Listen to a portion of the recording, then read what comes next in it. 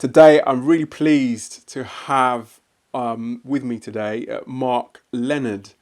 And I've said before that there are lots of processes involved in terms of helping yourself in your career.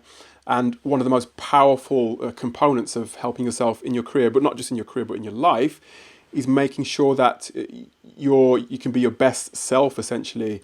And Mark is a mindfulness teacher. I'm really pleased to say Mark is a mindfulness teacher and trainer. He provides mindfulness training in the workplace. And Mark is published in several publications, including The Crazy World of Mindfulness in the Workplace, and that was within the HR director, as well as that Mindfulness from Therapy to Social Change. That was Moods magazine, and one of his most prominent works was part of a book called Mindfulness in the Workplace, an evidence-based approach to enhancing well-being and maximizing performance, and that was edited by Margaret Chapman Clark. Currently, Mark is setting up a new venture. It's called Mindfulness for Change, and you can see Mark at mindfulnessforchange.com, and I'd recommend having a look. Mindfulness for Change provide mindfulness products for social and organisational change. And Mark, I just want to say thank you so much for joining us today. Well, thank you for inviting me, Alex. It's a pleasure to be here. Thank you, Mark. And what brought you to this point? How did you come to be setting up Mindfulness for Change? Tell us more. Well, it's quite a long story, really. Most of my career has been involved in what would broadly be described as environmental management. So in two key areas, fisheries and in waste management. I suppose I started to get very disillusioned with the capacity or the effectiveness of policy making and awareness raising in terms of changing the way society and economy works to manage resources.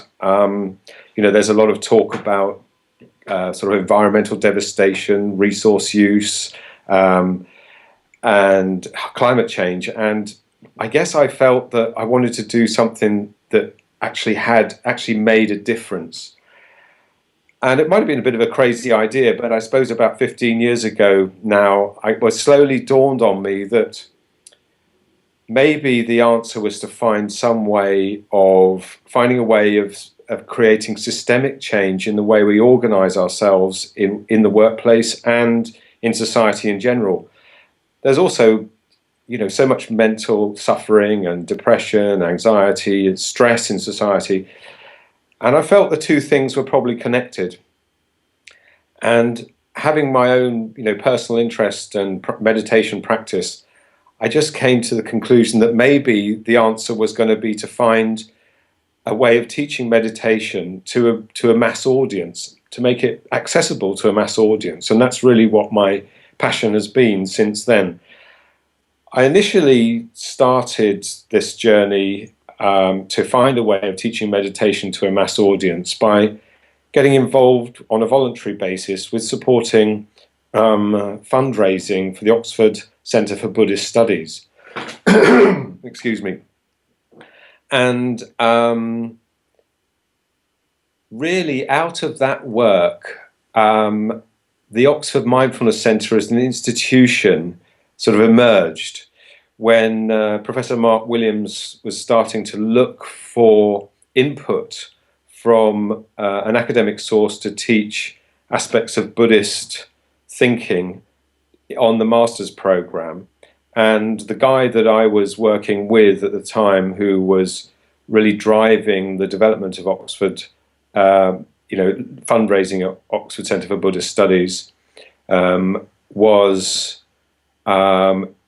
managed to find a way of setting up the Oxford Mindfulness Centre as a charity and getting a license or a lease on a very wonderful building that was owned by SANE, the mental health charity, in the Department of Psychiatry, on the grounds of the Warnport Hospital, in which Mark Williams' team then started to work. So I spent the next 5 years working for the Oxford Mindfulness Centre in various capacities, really establishing it as an organisation and using that opportunity to train to teach the sort of scientific clinical approach to teaching mindfulness as a therapy, and then use that as a springboard to adapt that teaching method to a workplace training, initially for stress, and then adapting it for different needs with different clients. The main client we had was the largest provider of veterinary services in the British Isles. In fact, now in Europe, I believe, CVS Vets. So it happens that veterinary surgeons have tragically, a very high rate of suicide. Really? And it seems to be a very stressful job. But we adapted the mindfulness training for a workplace training rather than a therapy. It wasn't specifically targeted at prevention of suicide, but just targeted at trying to help people in that profession, nurses, veterinary professionals and managers in the veterinary profession, to manage their stress levels and work more effectively, connect better with their clients, etc. So I guess that was at the heart of your decision then, in terms of choosing mindfulness as your path, helping people, I guess. Well, the heart of my decision really was to try and find a way of creating a sustainable society. And I think mental well-being is connected to the way in which society works, or and the way in which we are consuming resources in a way that is unsustainable. I think, all sorts of patterns, the way we buy things, the way we throw things away, the kind of enjoyment we get out of our lives, the breakdown of community, the breakdown of family life, all of these things are connected. And I felt that we really needed to start to change from the inside out, if you like, to start to value things differently and appreciate things differently, to make our own decisions and start to organize ourselves in a different way. And I think this is happening in lots of different ways as awareness of all of these kind of problems is becoming more and more evident. And I think perhaps mindfulness is, the explosion of interest in mindfulness that has taken place since the development of, an evidence-based scientific approach to providing mindfulness-based cognitive therapy for depression has exploded into a massive phenomenon. And I think I can't take responsibility for anything more than a very minor role in that, but perhaps I'm someone that saw it coming and tried to make it happen. Well, I definitely didn't see it coming. I'm very much a newbie to the whole idea of mindfulness. I, having dealt with lots of job seekers, saw the turmoil that some of the situations would lead them to. But I'd never realised the gravity of the problem until the last few years. And I was reading an article the other day. It said, in 2014, stress and depression accounted for 35% of all work-related ill health cases, and 43% of all working days lost due to ill health. What do you think has contributed to this state that we're in at the moment? Well, I think I've started to sort of talk about that already. I think it's a very complicated situation, and I think I'd be foolish to try and say exactly what the cause was. But I think there are some things that do seem to be at least related to these problems. One thing that one can pinpoint is the degree of social inequity in society. It seems that once a population gets to a level where everybody's got their basic needs met, higher incomes and higher levels of social inequity in the population seem to go together, and all sorts of social problems seem to come about. Now, I think this is possibly to do with the fact that we're all competing for more a lot of the time. We're competing for each other, against each other. We're trying to be better than anybody else. We want more than anybody else, and we're always looking to improve ourselves. And it all comes from a sense of responsibility to do this oneself. I'm not saying that that's a bad thing in itself. I think it's probably just got a bit out of balance in many ways, and we need to redress the balance by creating more value in the in the qualities of relationships we build in our lives. And I think big business, or corporates and the workplace and society in general, is beginning to recognize the fact that quality of life isn't necessarily dependent on how much you earn or the size of your house or the how big your car is. It's more to do with how you enjoy your relationships at work and in your family life and in your community. And in the end, business suffers when people don't work together, they don't feel happy at work, and they don't feel empowered, and they don't cooperate as well, they're not as creative, when they're under stress, they're making bad decisions.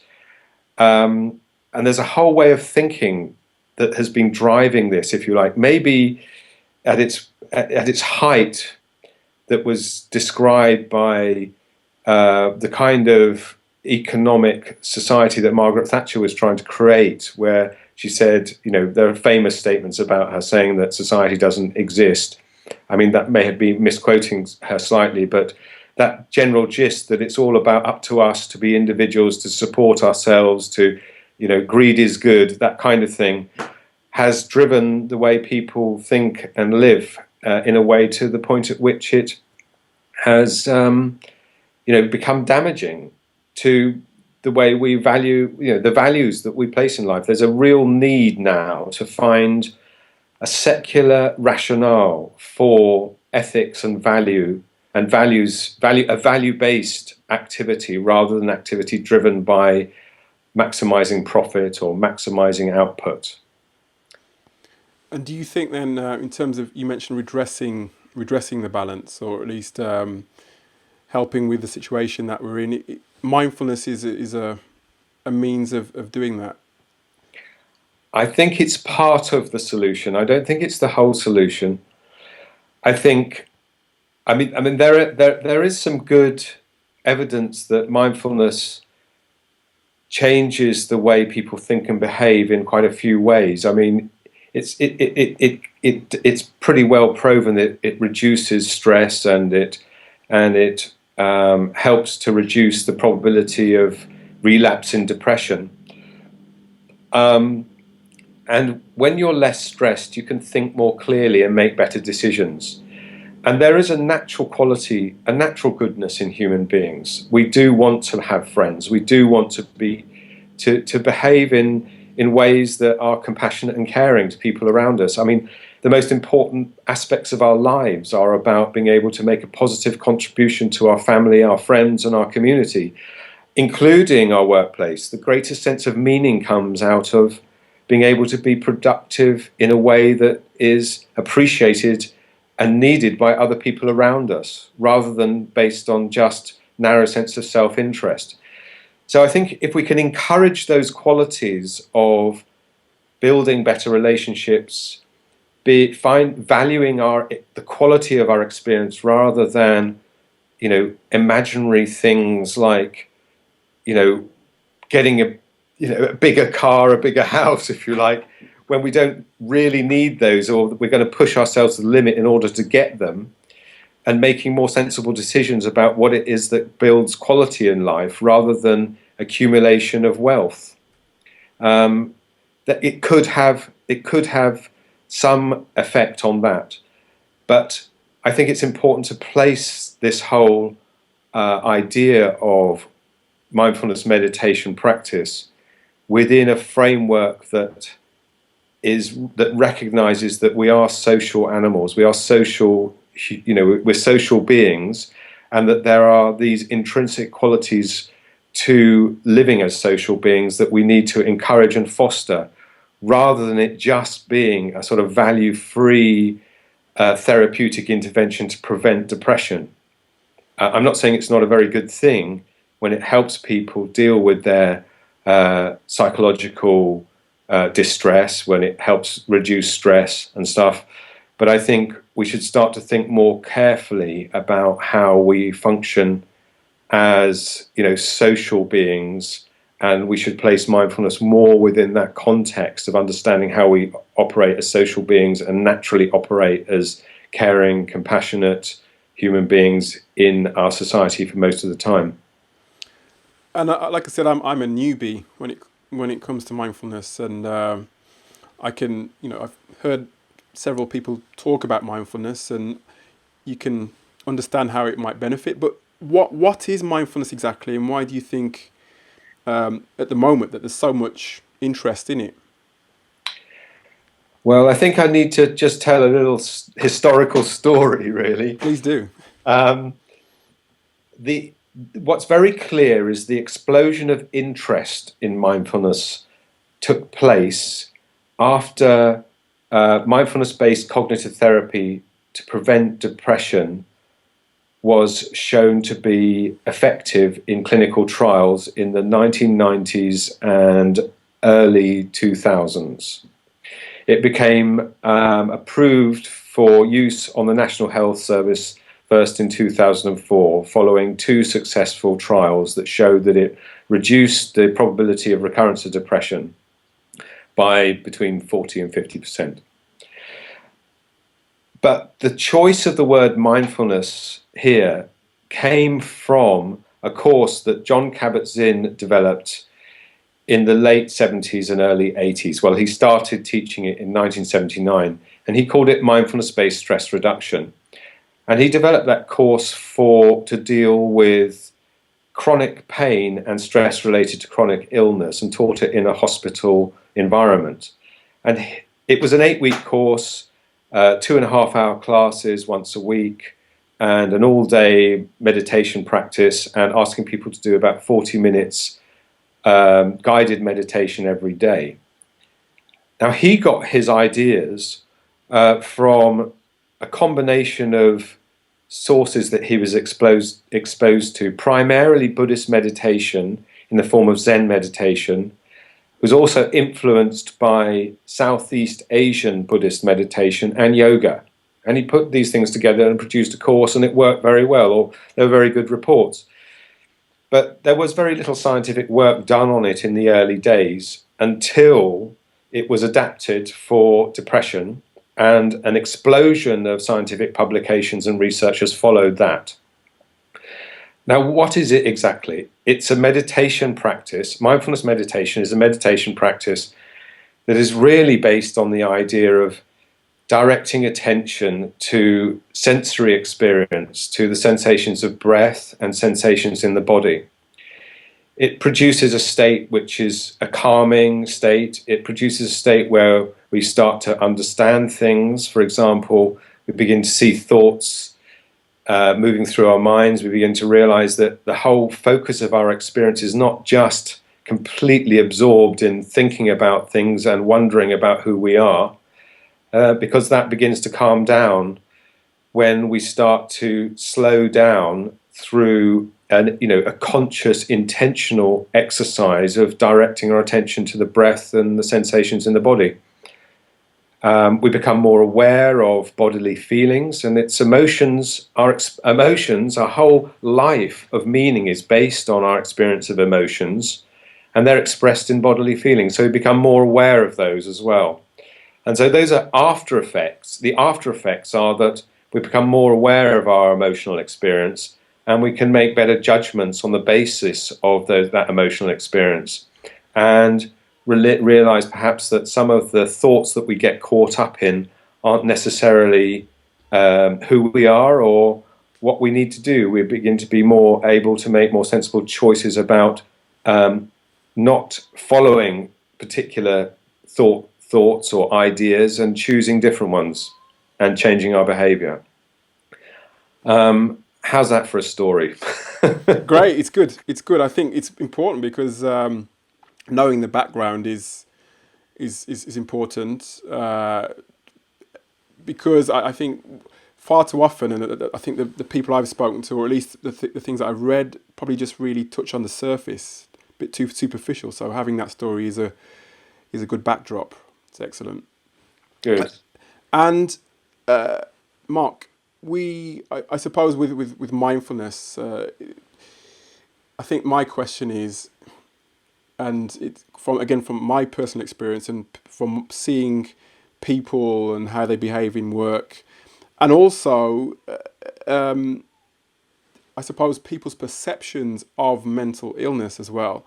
And we face challenging times in work situations. Are there daily exercises that you could suggest or recommend, or even demonstrate, I suppose, that might be able to help us? Well, I think sometimes when teaching in a sort of workplace environment, I try to stress the fact that, it doesn't have to be 40 minutes meditation. That is part of the, significant development of the idea of what mindfulness meditation in society is, that's come through therapeutic approaches.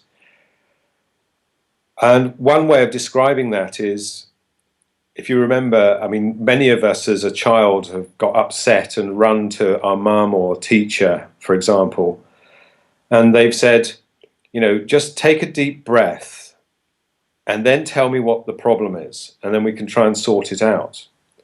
If you like, that's the essence of mindfulness. Okay. It's stopping when things are getting maybe a bit frantic, a bit busy, but it's knowing that we need to do that as well. So we need to be aware of the fact that we're getting a little bit wound up. It's when you're a kid, you're aware of the fact, and you get very upset very quickly because someone's called you a name or something like that. But we tend to bottle it up when we're adults.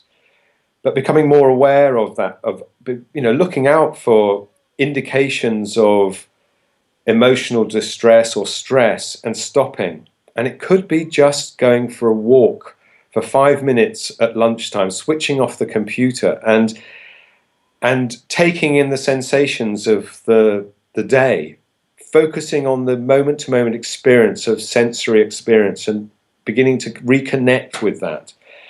That's the fundamentals of what we need to develop as a habit throughout the day, if you like, in an informal way. And we need to do that on a regular basis. Maybe even putting a little sticker on your computer which reminds you to stop every hour and take a break, walk and make a cup of tea, sit up straight and just take 2 or 3 breaths. It can be that simple. Yeah, I need that sticker, I think. Yeah.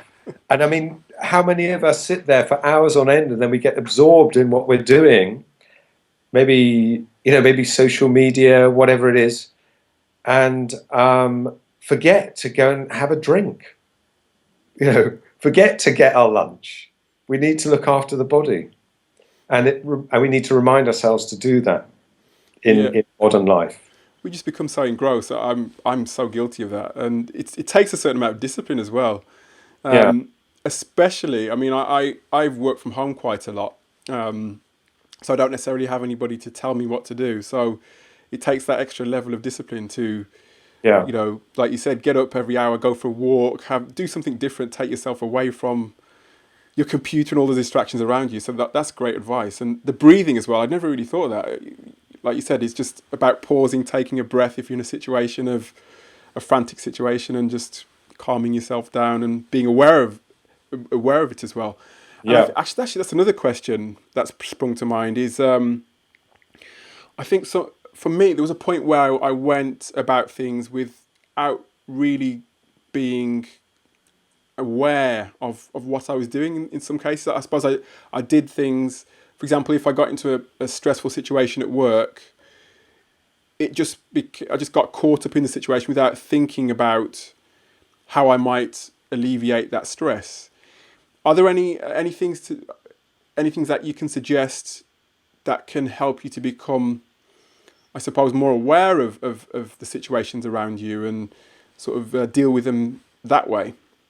Yes, well, that's a very good question. And this, I think, really comes back to the point where I personally would recommend people start to develop a mindfulness meditation practice on a regular basis. It's a bit like it's training your attention and your awareness to just be more aware of what's going on in your body in many ways. I'm not so very keen on the idea of talking about it in terms of it being a kind of mental fitness training, which some people do talk about it, but it's about helping us to learn that habit. There are some, there's some good apps out there with 10-minute meditations. See if you can do them every day. Sometimes it's hard to do these things on an individual basis, and finding a group, some kind of support is a good idea.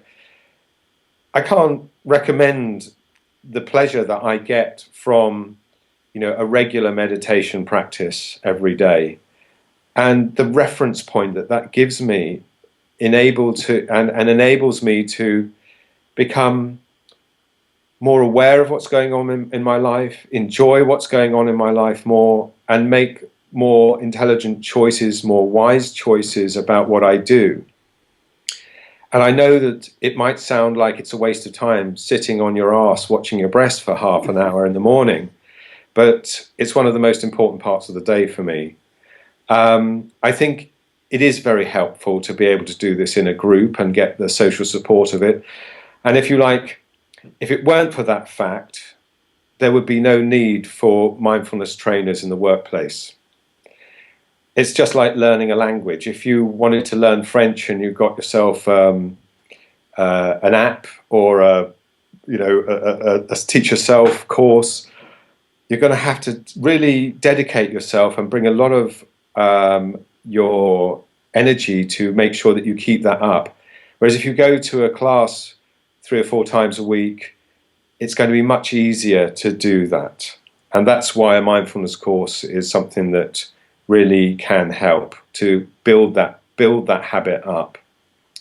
And I think that you have to look very hard to find yourself a course that you feel comfortable with. I don't personally think that the therapeutic approach is suitable for everybody.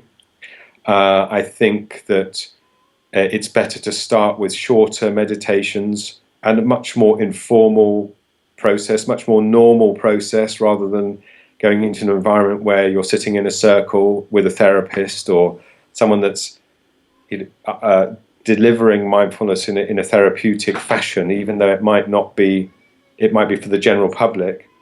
I think there needs to be much more explanation as to why you're doing what you're doing, so you understand why you're doing it, that kind of thing, and to build a rapport within the group in a training fashion that creates a curious, friendly environment, good learning environment where you don't mind making a fool of yourself, you feel safe, so you've got some kind of real conceptual understanding of what you're doing and a feeling of how that relates to being safe and at ease in a social group.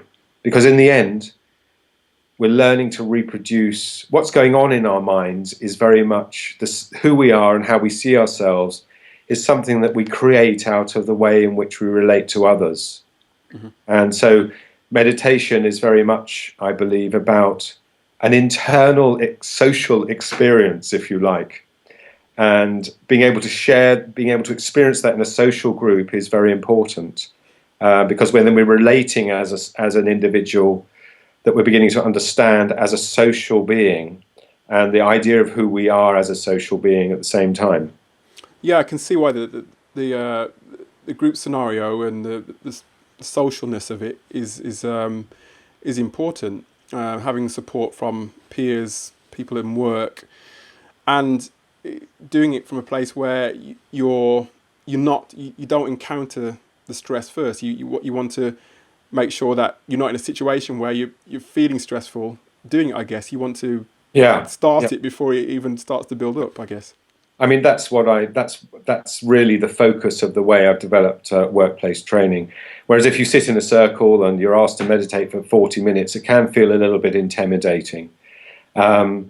I mean, there are some very intense meditation retreats, and I really wouldn't recommend anybody going on one of those unless they've got developed, quite a good long-term meditation practice before they go on them. Some people experience quite difficult psychological reactions as a result of them. Mm-hmm. And I read the excerpt from the book that you contributed to, Mindfulness in the Workplace, and you mention Amy Cuddy, who is a confidence and body language expert. You mention body awareness as being a really important aspect of mindfulness practice. Could you tell us more about that, why it's so important? Well, nearly all meditation practices will, just like yoga, will tell you to sit in a certain way. Alexander technique, Tai Chi, all sorts of things will ask you to sit up straight or stand up straight.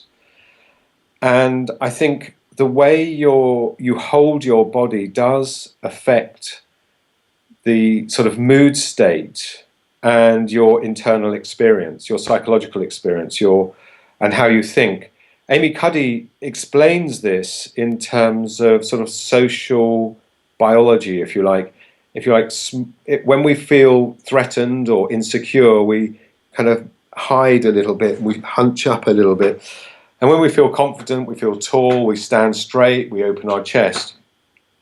So just standing up straight and stretching, holding a good posture, breathing in, and if you've been sat hunched over your iPhone or your computer for an hour, you may be beginning to sort of tense up. You may be telling your body that you're under threat. Because you're adopting a submissive posture. That's Amy Cuddy's theory, and it certainly feels different if you stand up straight and stretch and take a deep breath. And I don't think there can be any harm in encouraging people to do that. I think it's a very good thing to do. And I mean, posture definitely does affect the way you feel. And working with your posture to sit upright. It's not just about damaging your back if you're sitting badly, or getting repetitive strain injury if you're not sitting properly at your workstation. It's also about the mood effect, how your body posture affects your mood, and how your mood state affects the way you think.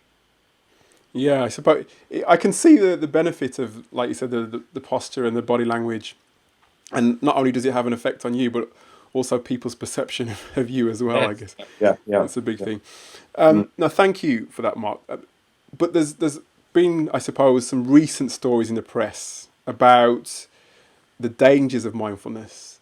It seems that some people experience like serious mental problems after practicing mindfulness. And is it suitable for everybody? And what are the risks? Right. Yeah, I did touch on that earlier, didn't I? You did.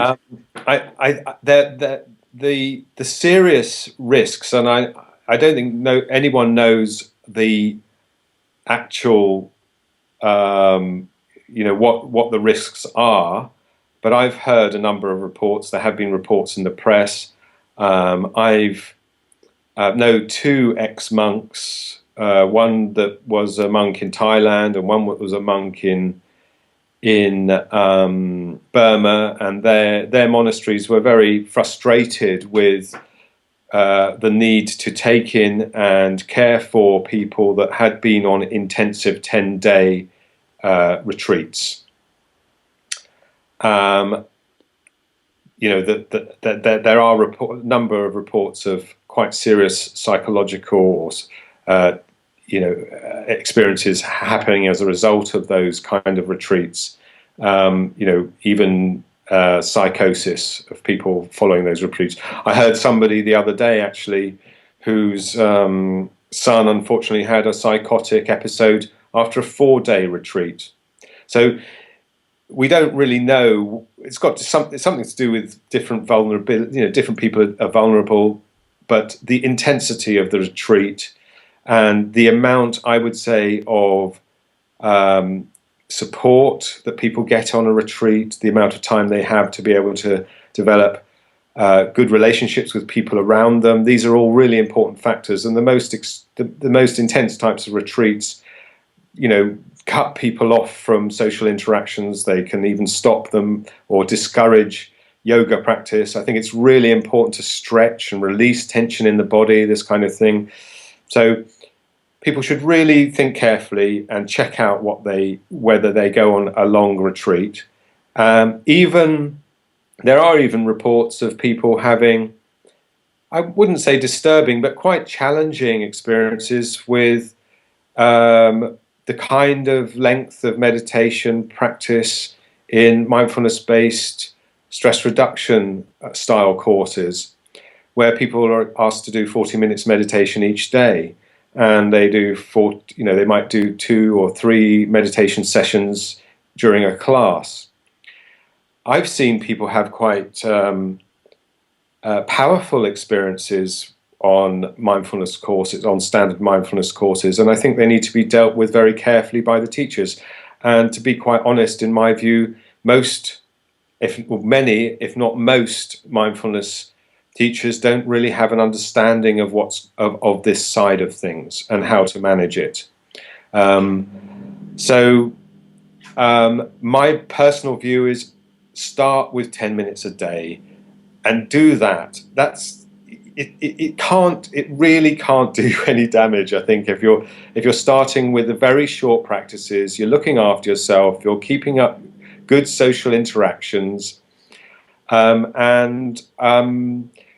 some people would say you really need to get a teacher. I'm not sure that's the most important thing. I think definitely if you're going on a course, you want to check out your teacher and see how you feel about them.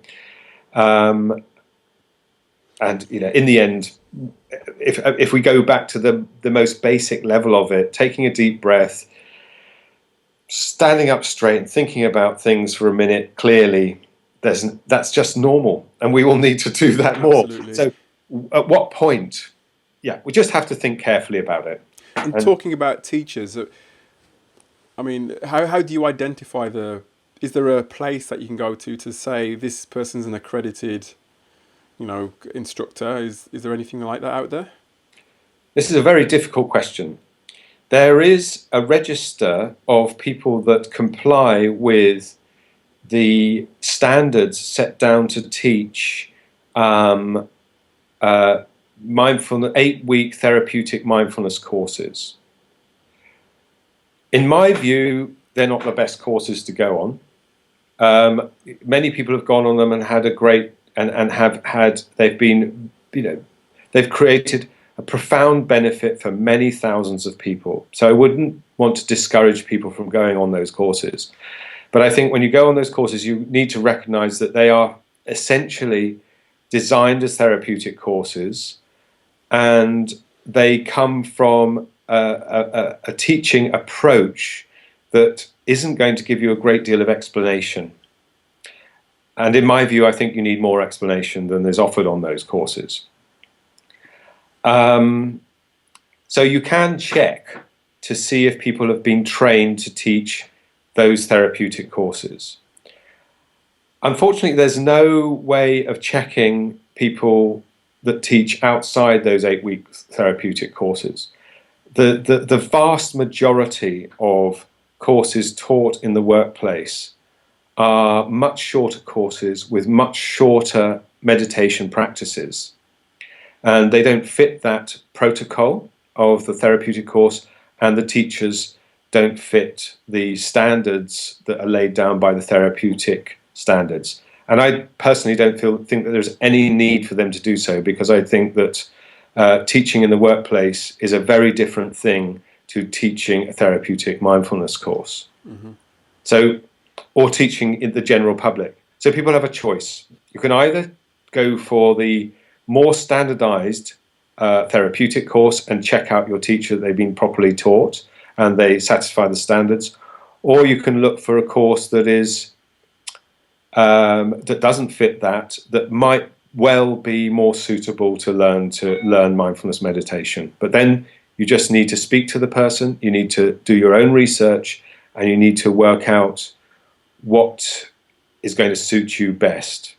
I'd love to recommend people read my chapter in the book that you've mentioned, Absolutely, yeah. Why which not? would describe a lot of those things, and particularly in the workplace, if HR or manager is looking for a training, that book is one of the first books really to look at experiences of mindfulness trainers in the workplace and consider what is needed in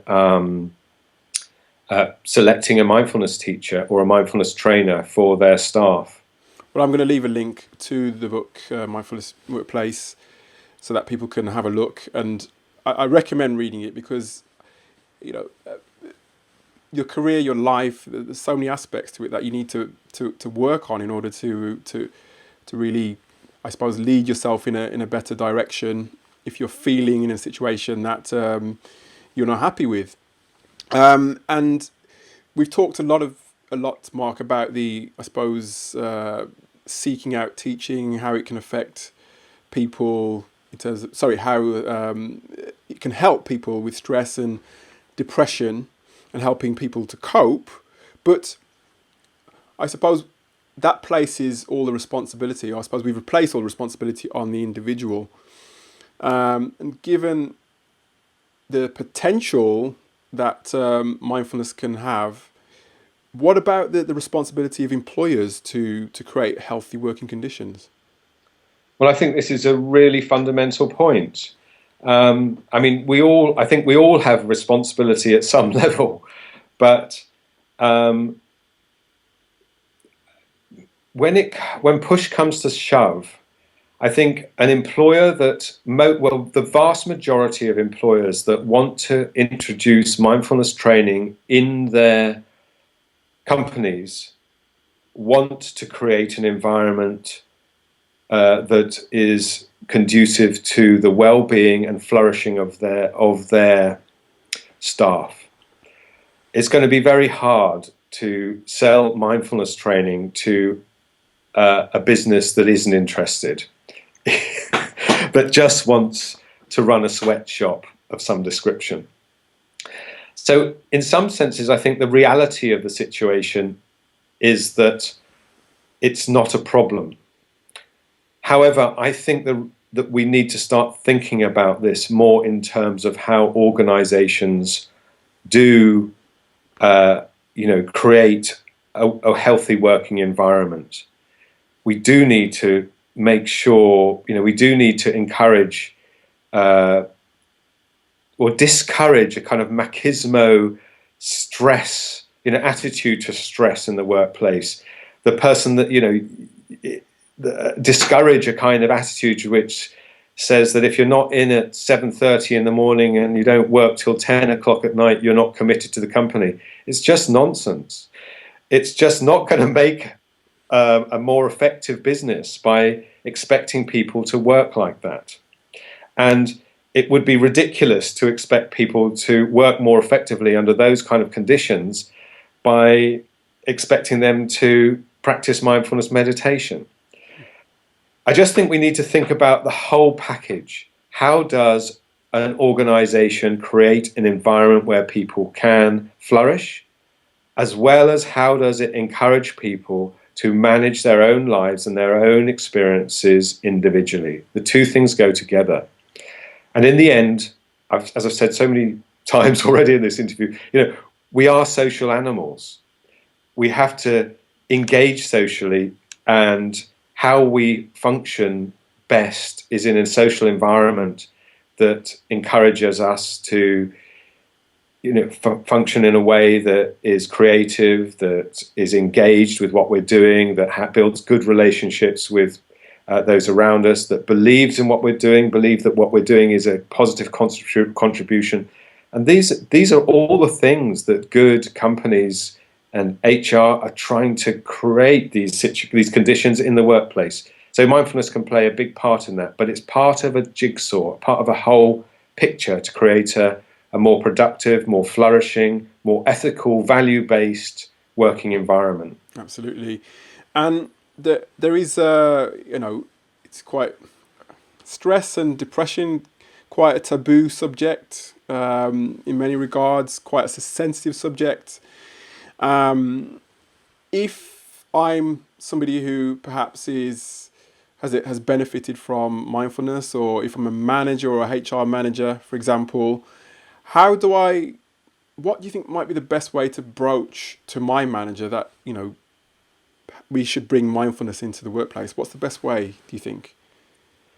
Well, that's a very big question, Yeah. because it is kind of, it does come with all sorts of uh, um, ideas about what it is and what it might be. And I mean, is it Buddhism? Is it some kind of spiritual practice? Is it therapy? And most people don't want to have any part in any of those things. And I'd have to say that I'd have to agree with their view on that matter. We have to find a way in which we can think about mindfulness meditation as part of life. And we have to find a way in which we can think about mindfulness meditation as part of a way of functioning more effectively in a workplace that is increasingly stressful, and we have to manage increasing loads in the workplace in terms of information. It's a very difficult question to answer. Yeah. It really is. I think one of the best ways is by example, and we can't ram it down people's throats. And there are so many aspects to this that we can take a little bit, use a little bit at a time. I mean, for example, if you put a red dot on your workstation, as I suggested, and got up every hour and made sure you had a cup of tea, had a glass of water or stretched, and maintained a more positive attitude and in the workplace, that's the best example to show that taking care of your own mind state and your body is really important. And you put that before pushing yourself and striving. Mark, I've got so many questions that I want to ask you, because it's just every time you answer something, it brings out another question in my mind. But I'm conscious of the time. I'm just going to leave it to the last couple of questions. And one of them, because we mentioned stretching a couple of times. How can stretching help? And are there any sort of resources that you could point us to? Well, I think the best resource that I could point you to is actually a video on YouTube that is a German documentary. It's translated into English, or dubbed into English, on fascia. Now, this is the connective tissue that really holds all of our muscles together and holds all of our organs together.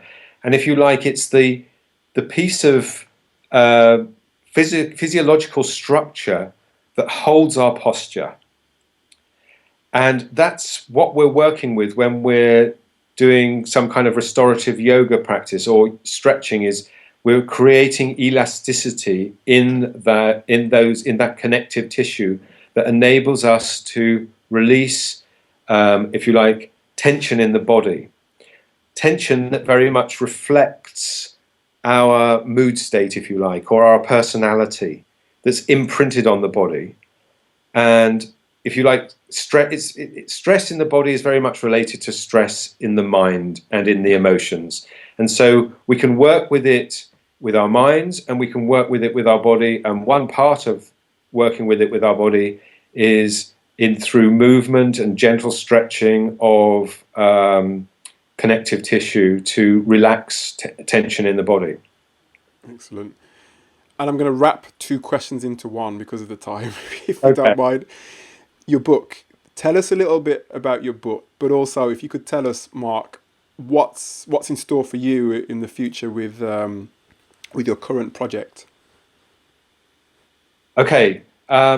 Briefly, then, the book we've talked about quite a lot, but it's the chapter that I've written is about making mindfulness meaningful and accessible.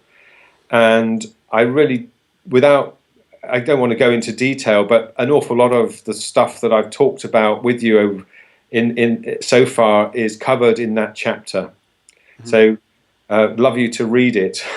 I know you've read it, Alex, and I'd love other people to read it, because I think it's got some quite revolutionary ideas about how we need to think about teaching mindfulness meditation in the workplace and to the general public, at least outside of therapeutic context. Wonderful. And it tells a story of how I've developed the teaching approach that I use in the workplace. I've mentioned CVS Vets and teaching a much shorter course, and doing some early doing a pilot study which found that stress was reduced to a similar level to the full therapeutic courses. So it may be more effective to teach mindfulness meditation like this. It was based on the book A